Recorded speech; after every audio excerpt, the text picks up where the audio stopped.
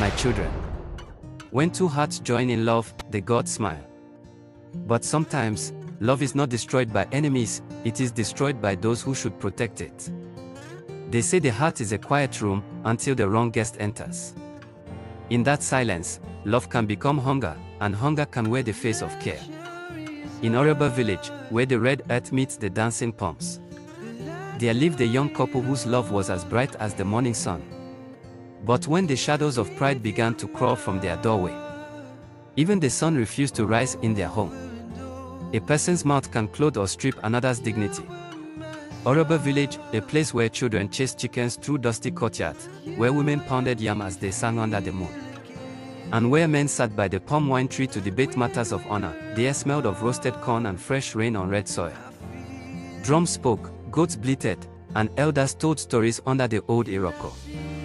That was where Baba Akima, the ancient storyteller, began this tale of love, pride, and lessons whispered too late. Her name was Bisi, soft-spoken, respectful, graceful like the river goddess, Ocean herself. Her laughter filled her husband's heart like new wine in a calabash. And her husband, Timi, was a man of good heart, a farmer whose hands were rough but whose words were gentle. The village blessed their union. For 3 market weeks, people danced, singing. Everyone believed theirs would be a home of joy. But even joy must build strong walls, for envy and pride are like the wind, they need no door to enter. In every story of love, there is always another heart, watching, judging, whispering. That heart belonged to Mama Timi, known in the village as Mama Olakara, the bean cake seller, respected yet feared for her sharp tongue. She loved her son, yes, but too much love can choke the one it's meant to protect. A mother who holds her child with 6 hands will cause him to fall. She believed no woman could ever cook, clean, or love like her. She told neighbors, "My son was not raised to eat pepperless soup. I trained him with taste and tradition." Bisi heard these words, smiled politely, and went back to her chores, but each word left a small wound on her heart. One evening, Mama Timi arrived at their compound without notice. She sat by the hearth and inspected every pot, frowning. So this is how my son eats now," she said, sniffing the stew. "No dry fish, no scent leaf." "Bisi, what kind of wife are you?" Timi tried to smile. "Mama, she cooked well." "Please," but she cut him short. "Keep quiet, Timi. Is your mouth not mine? Did I not teach you taste?" From that day, peace began to walk barefoot in their home. Every little joy had a shadow. When Bisi swept, Mama Timi complained of dust. When she cooked, Mama Timi found fault. When she prayed, Mama said her voice was too loud. And Timi, the poor man, stood between his mother's thunder and his wife's silent rain. People began to notice. At the market, women whispered, "Have you heard? Mama Timi sleeps more at her son's house than her own. Huh? That Bisi is too quiet." Silence is not wisdom, it is slow poison. But Baba Timi, Timi's father, was a man of wisdom. He visited one night and said quietly to his wife, "Woman, allow them to breathe. A man's marriage is not a farm you can weed every day." Mama Timi hissed, "You men are weak. That girl has bewitched my son." When pride speaks, wisdom walks away. Days turned to weeks. Timi stopped smiling as often. Bisi's laughter became a ghost that wandered only in her dreams. One night, she sat outside, looking at the moon, whispering, "Ocean, mother of the waters, have I offended my husband's mother? Teach me patience, for my tears are no longer sweet." Patience is the father of character. Yet even patience, when bruised too often, begins to bleed. And so, in Araba village, beneath the moon's gentle light, 3 hearts began to drift apart, one from pride, one from pain, and one from silence.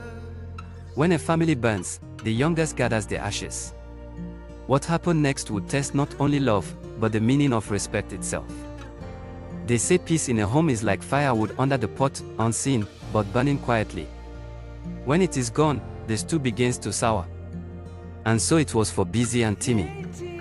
Their once gentle laughter turned into short sighs and long silences. Mama Timi now stayed for months at a time, commanding the home like a queen. Every decision, from what to eat, to when to rest passed through her lips first. When a king's palace burns, it becomes more beautiful, but only after the ruin. Beauty would come, yes, but first, ashes. Bisi began to wake before dawn, sweeping the compound quietly. She cooked, fetched water, smiled, yet her eyes grew dimmer by the day. At the well, village women noticed her silence. "Bisi, why don't you visit anymore?" Or, "My sisters," she would reply softly, "when fire enters your wrapper, you must dance carefully." At home, Mama Timi told visitors, "I am training her, these young wives of today need firm hands." But Baba Timi saw what others did not, the way Bisi's shoulders bent lower each day, the way Timi avoided his mother's eyes. "A home rowed by two women," he murmured, "is like a boat with two captains, it will turn in circles until it sinks." Soon, the whole village buzzed with whispers. Women at the market corner said, "Mama Timi has driven her son's wife to sorrow." "No, it's that Bisi, she's weak." Even the town crier, Ogonlona, joked one evening after drinking palm wine, "A man who eats from two pots will never taste peace." That night, under the dim lantern, Bisi prayed. Her voice trembled, "God, give me strength not to curse those who mock me. Let my tongue bring peace, not war." But sometimes, the silence of the good gives the wicked space to dance. Village women gather near the yam stand, whispering sharply. Biola said, "Have you noticed? Bisi hardly laughs now. Her joy has vanished." Laura replied, "It is Mama Timi, she rules that house with fire. No young wife can survive such heat." Mama Leke said, "The husband suffers too. Timi is quiet, his smile gone like the river in dry season." In villages, tongues can travel faster than feet, and whispers can bend hearts. A home's pain becomes everyone's story, yet no one dares speak directly to the flames. It was time for the festival of New Yam, when the whole village gathered to thank the gods for the harvest. Drums thundered. Women wore bright wrappers, men in shining agbada. Children ran, dust rising beneath their tiny feet. Timi was chosen to carry the first yam to the shrine, a great honor. Bisi dressed him proudly, tying his wrapper neatly, smiling despite her tears. But Mama Timi frowned. "Who tied this wrapper? Too loose. Can this lazy wife of yours not even dress a man properly?" The crowd turned to look. The drums paused. Bisi bowed, shame burning her face. "I am sorry, Mama." Timi's hands shook. "Enough, Mama. Not today." Mama Timi snapped, "Do you speak to me that way, Timi? Has she turned you against me?" The crowd murmured, some in pity, others in amusement. When a mother calls her child a child, the child must still call her mother. Bisi turned and walked away from the festival, tears soaking her wrapper. That night, Bisi packed her few clothes, the blue wrapper from her wedding, her mother's beads, a small calabash of shea butter. She looked at the sleeping Timi and whispered, "I have tried, my husband." Bisi sits alone on the threshold of their hut, moonlight casting a pale glow on her blue wrapper. She traces the cracks in the clay floor with her finger, thinking of the laughter that once filled this home. Her thoughts echo in her mind, "I came with a heart full of hope, yet every day it feels smaller, trapped beneath Mama Timi's shadow." A cricket's chirp punctuates the silence.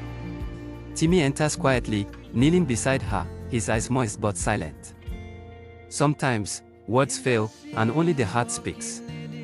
And sometimes, silence speaks louder than 1,000 curses. Timi whispers, "I wish things were different, Bisi, but my mother will not bend."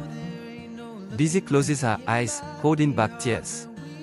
She finally rises, whispering to herself, "When love becomes a battlefield, even the purest heart must choose to walk." She left before dawn, barefoot, walking toward her mother's house in the next village. When a woman cries while leaving her husband's home, the earth listens, for it knows something sacred has been broken. Timi woke to find her gone. His heart beat like a talking drum. He ran to his mother. "Mama. She has left." "Let her go," Mama Timi said coldly. "No woman who challenges her mother-in-law can stay married." Baba Timi rose slowly, his voice heavy. "And no home where pride sits on the mat can know rest." In Araba, tongues wagged, hearts divided. Some said Bisi was wrong to leave, Others said Mama Timi had chased peace from her own courtyard. But none knew that the gods were already stirring the pot, for when the tears of a pure heart touch the ground, heaven must answer. After Bisi left, Araba village became quieter for Timi. The birds still sang, the goats still bleated, but to him, the air was empty. He still farmed. He still smiled at the market, but his laughter no longer reached his eyes. Mama Timi, however, walked around proudly. Did I not warn her? A woman who cannot respect her mother-in-law has no place under her husband's roof. Yet her husband, Baba Timi, watched her silently. He knew that when a woman boasts after a quarrel, it is not victory she holds, it is blindness. He who climbs a tree forgets that the whole world is watching. Moon after moon passed. Timi stayed alone in his hut, the once bright compound grew dull. The mortar cracked, the flowers Bisi planted dried up. Mama Timi began to notice the silence. No aroma of food at dawn. No laughter in the courtyard. No soft footsteps sweeping the floor. She tried to speak to her son. Timi, you are eating too little.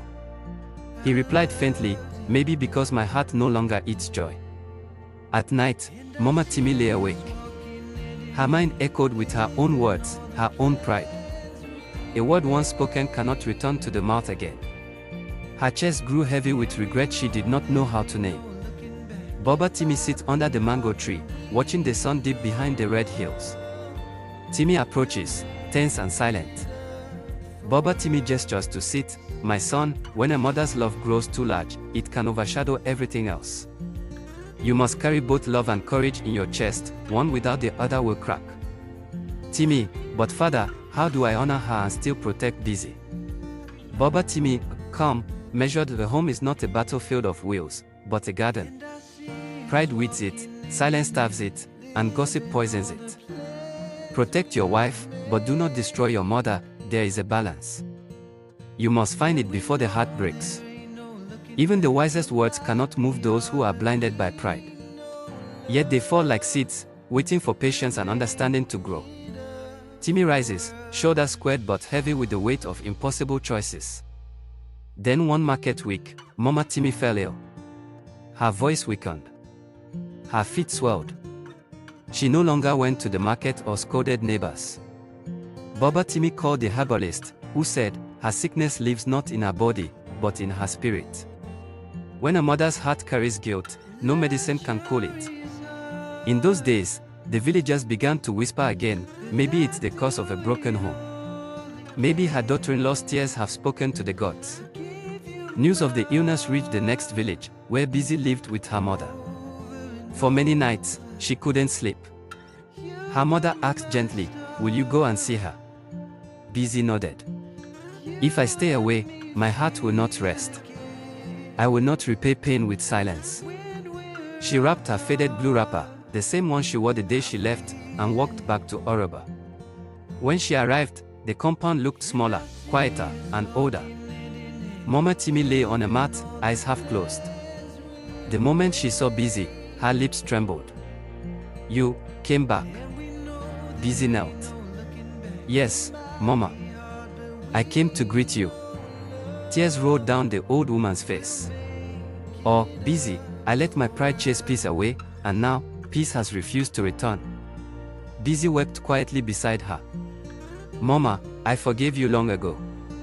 Short, solemn chant, we thank patience, we thank love. That night, as the rain fell softly on the thatched roof, Mama Timi called her son and held his hand in one palm, Bisi's in the other. Timi, my son. A mother should guide, not govern.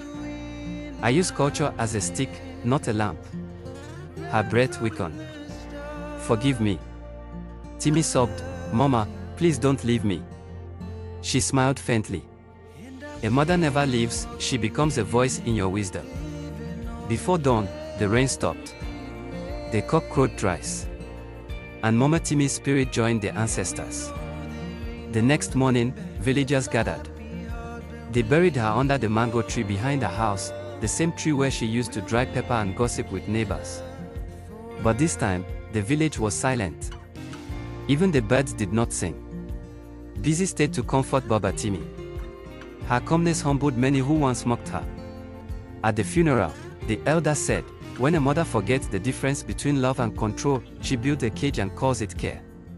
And all nodded. For everyone in Araba has seen what happens when pride wears the cloth of culture. My children, hear this and remember, love is a plant that grows only when watered with respect. But when in-laws pour pride upon it, it withers, slowly, painfully, silently. When the eyes have seen sorrow, the mouth cannot laugh. So the people of Araba learned that sometimes help can wound, that sometimes advice can destroy, and that a peaceful home needs not many voices, only wise ones. And you, my listener, if you were busy, would you have returned? If you were Timi, would you have spoken sooner? If you were Mama Timi, would you have listened? May we never love with pride, nor guide with blindness. Hit the like button if you enjoyed this tale. What would you have done if you were in this story? Comment below. Want more chilling African folktales? Subscribe and join the Mind Prince family.